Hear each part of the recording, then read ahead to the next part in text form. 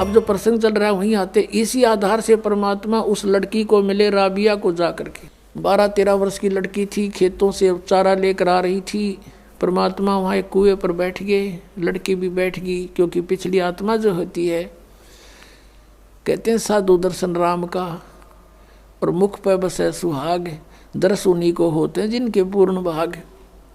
कबीरा साधु दर्शन का साहिब आवे याद, वो है समय लेखे में बाकी का समय बर्बाद। अब आत्मा साधु संत को देखकर बड़ी खुश होती है कि भगवान इन संतों के रूप में ही आता है। वो लड़की बैठ गई, परमात्मा की तरफ देख कर एकदम आसक्त ऐसी होगी, खिंचाव सा बना कि तो महात्मा है कोई। तो उससे प्रश्न किया कि आप कौन हो, कहाँ से आए हो? तो परमात्मा ने कहा बेटी मैं अल्लाह अकबर हूँ। अब लड़की ने सोचा अल्लाह अकबर है और आप सचमुच? हाँ मैं बेटी मैं खुद खुदा हूँ। तो कहने लगे आप यहाँ किस लिए आए हो? कि मैं आपके लिए आया हूँ बेटी, आप साधना गलत कर रहे हो, आप सच साधना कीजिए। आप जो मुसलमान धर्म के अंदर साधनाएं करते हो ये साधनाएं पाप की हैं, मांस खाते हो हैं, तुम ईद बकरीद मनाते हो, ये साधना अच्छी नहीं है तुम्हारी। वो कहने जी हम नमाज करते हैं। नमाज तो अच्छी बात है, वो तो प्रार्थना है प्रभु की, लेकिन करती किसके हो? अब किसी की एप्लीकेशन लिख कर चल पड़े, नाम अगले का लिखा नहीं कि किसको देनी है, किसी डीसी को देनी है या कमिश्नर को देनी है, नाम की तरह लिखा नहीं, साहब लिख दिया ऊपर, अल्लाह कहो साहब कहो, तो कौन सुनेगा तेरी एप्लीकेशन ने? या नमाज तुम करते भी हो तो तुम किसके नाम भेज रहे हो? ये क्यों? तो बेचून अल्लाह है, बेचून है, फिर तुम्हें क्या मदद करेगा? वो बेचून है तो निराकार है। तो लड़की वो तो मालिक कि सामने इस अज्ञान का कहाँ ठिकाना है। लड़की बहुत प्रभावित हुई, कहा बेटा तुम असक जन्म हो गए भटकत्या ने हैं, अब पिछले जन्म में मनुष्य थे तो अब मनुष्य हो गए, अगले जन्म में भक्ति ठीक ना हुई तो पशु बन जाओगे या मनुष्य भी बन गए, तो ये प्रोसीजर फिर शुरू तुम्हारा, ये कोई एंड है इसका? तो बेटी बहुत प्रभावित हुई और उसने कहा भगवान फिर क्या करूं? कि बेटी उपदेश ले मेरे से और भक्ति कर डट के अपना भजन किया करे। कहने लगे जी ये साधना है जो मुसलमान धर्म की है कि ये ना करना बिल्कुल भी, जैसे मैं कहूँ ऐसे नमाज ये कर जो मैं आपको बता रहा हूँ, भक्ति करते रहना और ये मांस मिट्टी नहीं खाना। जो बोले जी वो कंपलसरी कर देते हैं, नमाज भी करनी होती है कि नमाज भी कर लेना, लेकिन टेक का मत्था अपना यो मंत्र करती रहिए, बस हो गई नमाज। बोला जी ठीक है। तो उस लड़की ने उपदेश ले लिया, मालिक उपदेश देकर चले गए। इतनी प्रेरित होगी ज्ञान से, उसने फैसला कर लिया कि मैं विवाह नहीं कराऊंगी और अपना मोक्ष कराऊंगी। अब उसी दौरान घर वालों ने क्या किया, भाई लड़की युवा होगी भी इसकी शादी तैयारी करो। लड़की ने घर वालों से कह दिया कि मैं विवाह नहीं करूंगी। और मुसलमान धर्म में एक विशेषता है कि लड़की को बैठा देंगे पहले और लड़की से पूछते हैं कि बेटी तुझे ये विवाह मंजूर है? अगर वो स्वीकृति दे देती है तो विवाह होगा, नहीं तो नहीं होगा। अब वो लड़की ने मना कर दिया, घर वाले भी असमंजस में पड़ गए, भाई निकाह हो ही नहीं सकता किसी सूरत में भी। माता पिता चिंतित हुए, बहुत समझाया बेटी हमारी इज्जत का सवाल है, न्यू है, ऐसे है, 100 कुछ का। वो बोली मैं नहीं शादी करानी। अब घना चिंतित हो गया, माता पिता का अन्न छूट गया लोक लाज के कारण। तो लड़की को अपने आप को प्रेरणा हुई, सोचा उसने कि चलो देखी जाएगी, माँ बाप कहते हैं विवाह कर लेती हूँ, लेकिन आगे जाके अपने पति से मैं साफ कह दूंगी मैं संतानोत्पत्ति नहीं करूँगी। ये डिटर्मिनेशन करके उसने स्वीकृति दे दी। विवाह हो गया। एक बहुत अच्छे नेक व्यक्ति थे, अच्छा अधिकारी था, अफसर था, उससे उस बेटी का ब्याह हो गया मुसलमान के। तो वहाँ जाते ही उसने अपने पति से कह दिया जी बात सुनो मेरी, मैंने एक प्रतिज्ञा कर रखी है अपने गुरुजी की कसम खा के, मैं संतानों उत्पत्ति नहीं करूंगी, मैं गृहस्थ कर्म नहीं करूंगी, और यदि आप मेरे साथ जबरदस्ती करोगे तो मैं आत्महत्या कर लूंगी। ये मेरा फाइनल फैसला है। तब वो सोच गया भी ये बात क्या बनी। कहने लगा बात बता फिर आपने निकाह स्वीकार क्यों किया था? मना कर देते, कोई आप पर प्रेशर थोड़ा ही था। उसने बता दिया कि ऐसे ऐसे मेरे माता पिता लोक लाज के कारण बहुत परेशान हो गए थे और मैंने इसलिए निकाह मंजूर कर लिया कि ये तो शांत रहे, आगे मैं आपसे अर्ज कर लूँगी, ये सोच कर आई थी, आपकी मर्जी, मेरी अर्जी मंजूर करो या ना करो। तो बुद्धिमान समझदार दयालु व्यक्ति था वो मुसलमान। उसने एक सोचा भी मैं क्यों इसके वादा करूं भगवान के। पहले डरने वाले होते थे परमात्मा से कि भी क्यों मैं इसके टांग अड़ाऊं, इसकी भक्ति जब इसकी इतनी रुचि है। कहा ठीक है राबिया,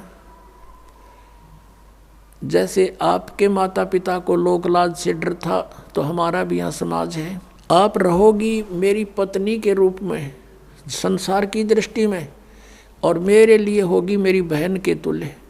तेरे अलग से मकान बना दूंगा, उसमें अपनी भक्ति करना, लेकिन घर से बाहर नहीं जाने दूंगा, हमारी भी इज्जत है।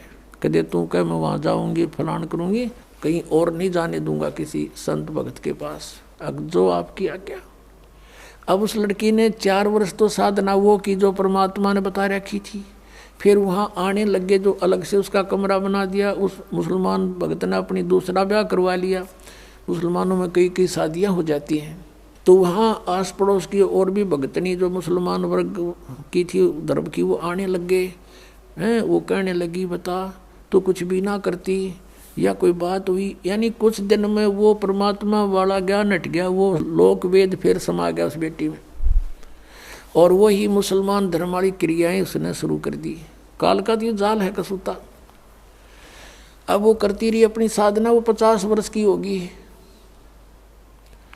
50 वर्ष की आयु जब होगी तो उसने अपने पति से कहा कि आपकी आज्ञा हो तो मैं मक्का जाना चाहती हूँ हज करने के लिए।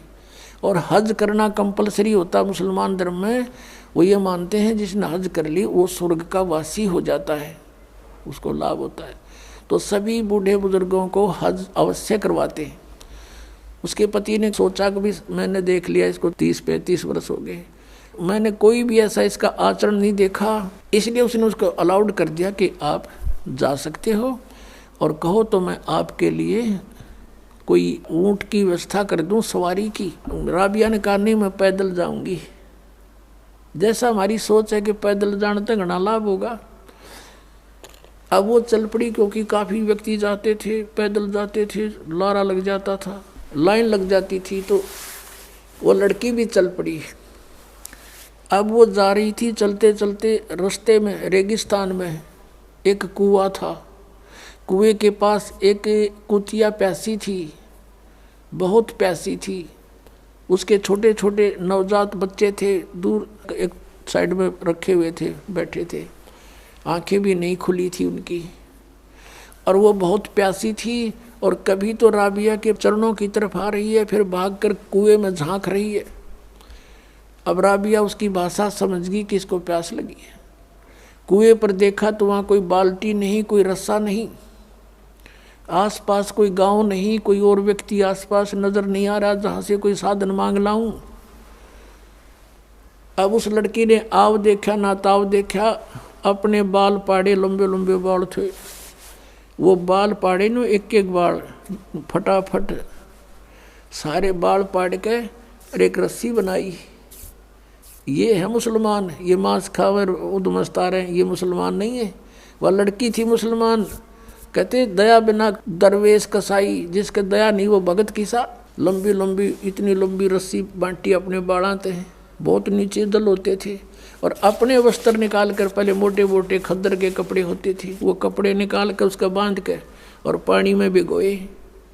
एक मटका पड़ा था टूटा हुआ घड़ा, आधा हिस्सा, उसको निचोड़ा और उसमें डाल देर कुतिया टूट कर पड़ गई, साथ की साथ पी जावे। तो कुतिया को पानी से छकाया और अपना जो लहू लुहान होगी थी वो कपड़े ऐसे अपने कपड़ों से पोंछ के उनको धो धा के सूखा झाड़ झूड़ के ऐसे और पहन लिए, और पहन के चलने की तैयारी की थी मक्का में। कहते वो मक्का वाली बिल्डिंग एज इट इज उठ के और वहाँ आ खड़ी हुई उस कुएं के साथ में, जैसे प्लेटफार्म पर रेलगाड़ी लग जाती है। उसने देखा मक्का, मक्का पहुंच गई, मैं सपना सा हो गया, एकदम दौड़ के उसमें चढ़ी। चलते ही वो वहाँ से उठा और उसमें सारे यात्री उसके जितने जा रहे थे माथा मुथा टेके थे वो सारे उसके अंदर, और वहाँ मक्का है नहीं स्थान पर, वहाँ सारे देखें कित गया वो हमारा मक्का। तो फिर कुछ देर के बाद वो विमान की तरह वापस जाके वहीं स्थापित हो गया। अब इस कारण से पूरे मुसलमान धर्म में उस क्षेत्र में ये हो गया भाई भक्ति हो तो राबिया कैसी, भक्ति हो तो राबिया जैसी। मक्का भी वहाँ बुला लिया राबिया ने, पक्का इसके लिए वहाँ पहुँच गया। अपने आत्माओं ये समझना कि जैसे दास आपको बता रहा था कि पहले जो भी हमें सुख होता था या कोई घर में ऐसी अच्छी घटना होती थी तो हम ये सोचा करते थे जो साधनाएं हम कर रहे हैं इसी से हुआ हमारा। और ये थे पिछले पुण्य, उन पुण्यों से उसके अंदर दया हुई, दया से उसमें इतनी हिम्मत आई कि बाल पाड़ दूं, पाड़ के दिखाओ 4 बाल, आप पता लग जा। तो पिछले संस्कार से इतना प्रबल किया, करे करावे साइया मन में लहर उठा, दादू सदर जीव के आप बगल हो जा। उसके बाद वो तो उधर तो प्रशंसा की पात्र बन गई, सब जगह गुणगांव में। अगला जन्म उसका एक बनसुरी नाम की लड़की का हुआ, बनसुरी नाम की लड़की का। और उसने फिर इतने राग रूग गाए, यानी वो डांस डूंस करने वाली जो ये होती है ना लड़कियां, उसका जन्म हो गया। लेकिन आस्था भगवान की फिर भी, तो वो मक्का में गई और उसने ये सुना था कि अभी मक्का में जिसकी मृत्यु हो जाती है वह सीधी भिष्ट चली जाती है स्वर्ग में। अब पिछले संस्कार परमात्मा की भक्ति कर रखी, 4 वर्ष वो अंगड़ाई ले रहे थे, उसमें इतनी हिम्मत आवे थी। उस लड़की ने क्या किया कि मक्का में अपनी गर्दन काट दी। अब मोक्ष तो चाहिए, 50-55 साल की उम्र होगी थी कि मोक्ष चाहिए हमें, और मक्का में कहते मर जाता, वहाँ का लोक वेद दंत कथा है कि मक्के में जो मर जाता सीधा भ्रष्ट जाता है। तो उसने वहीं गर्दन काट दी और सब ने न्यू हो गया भाई बनसुरी तो गई स्वर्ग में, बनसुरी सीधी गई स्वर्ग में, क्योंकि मक्का में उसने अपनी कुर्बानी दे दी। तो मुसलमान इसको कहते हैं जो अपनी कुर्बानी दे, बकरियाँ के गल काटे वह कुर्बानी है। वह तो कुर्बानी ले रहे हो तुम तो खून पी रहे हो दूसरों का। ऐसे ही हिंदू लोग करते हैं, बकरियाँ चढ़ाते हैं माता के, माता वो बकरे खावेगी, काजू खाओगी, किशमिश खाओगी, वह तो जलेबी खावेगी। इस गंद ने कौन खावे, आप पे खा बनाओ और आप पे खाओ और माता के सिर लावे।